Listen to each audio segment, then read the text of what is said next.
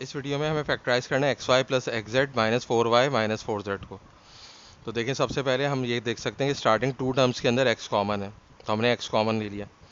अब हमारे पास क्या बचेगा, ये जो पहली टर्म है वो एक्स वाई है और जो हमने कॉमन लिया है वो एक्स है। तो असल में एक्स और एक्स कैंसिल हो जाएगा और वाई बचेगा, तो हम ब्रैकेट के अंदर वाई लिख देंगे।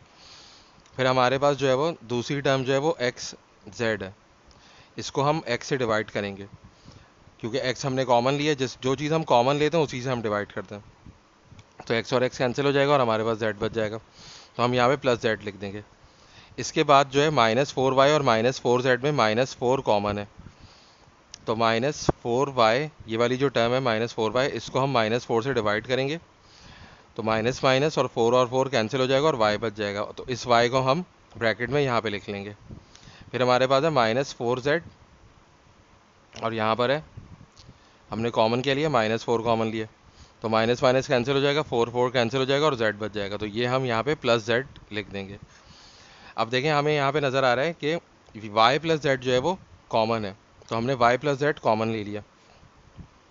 अब यहाँ पे हमारे पास जो एक्सप्रेशन है वो है x times Y plus z. X times Y plus z में से हमने वाई प्लस जेड कॉमन लिया है, तो वाई प्लस जेड से हम डिवाइड कर रहे हैं, तो वाई प्लस जेड और वाई प्लस जेड कैंसिल हो जाएगा और हमारे पास क्या बचेगा, एक्स बचेगा। तो इस एक्स को हम यहाँ पे लिख देंगे। इसी तरीके से हमारे पास minus four times Y plus Z, यहाँ पे minus four times Y plus Z है, इसमें से हमने वाई प्लस जेड कॉमन लिया है, मतलब वाई प्लस जेड से डिवाइड कर दिया, तो हमारे पास क्या बचा, माइनस फोर बचा। तो इस माइनस फोर को हम यहाँ पे लिख देंगे। तो इस तरीके से हम यहाँ पे फैक्टराइजेशन करते हैं।